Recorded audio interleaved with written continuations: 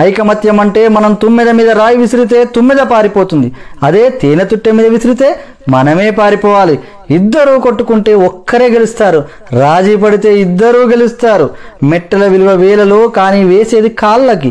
కుంకుమ విలువ రూపాయలలో కానీ పెట్టుకునేది నుదుటిపైన. విలువ ముఖ్యము కాదు, ఎక్కడ పెట్టుకుంటామనేది ముఖ్యము. ఉప్పులాగా కటువుగా మాట్లాడేవాడు నిజమైన మిత్రుడు. చక్కెరలాగా మాట్లాడి మోసగించేవాడు నీచుడు. ఉప్పులో ఎప్పుడూ పురుగులు పడ్డ దాఖలాలు లేవు. తీపిలో పురుగులు పడని రోజూ లేదు. ఏడుస్తూ ఈ లోకంలో అడుగెడతావు, ఏడిపిస్తూ ఈ లోకాన్ని వదిలి వెళ్ళిపోతావు. రమ్మన్నా సన్మార్గంలోకి ఎవ్వరూ రారు, వద్దన్నా చెడు మార్గాన్నే ఎంచుకుంటారు. పాలు అమ్మేవాడు ఇల్లు తిరగాలి, సారాయి అమ్మేవాడి దగ్గరికే అందరూ వెళతారు. పాలల్లో నీళ్లు కలిపినావా అని అడుగుతారు, ఖరీదైన సారాయిలో నీళ్లు కలిపి తాగుతారు. పెళ్లి ఊరేగింపులో బంధుమిత్రులు ముందు, వరుడు వెనకాల. శవయాత్రలో శవము ముందు, బంధుమిత్రులు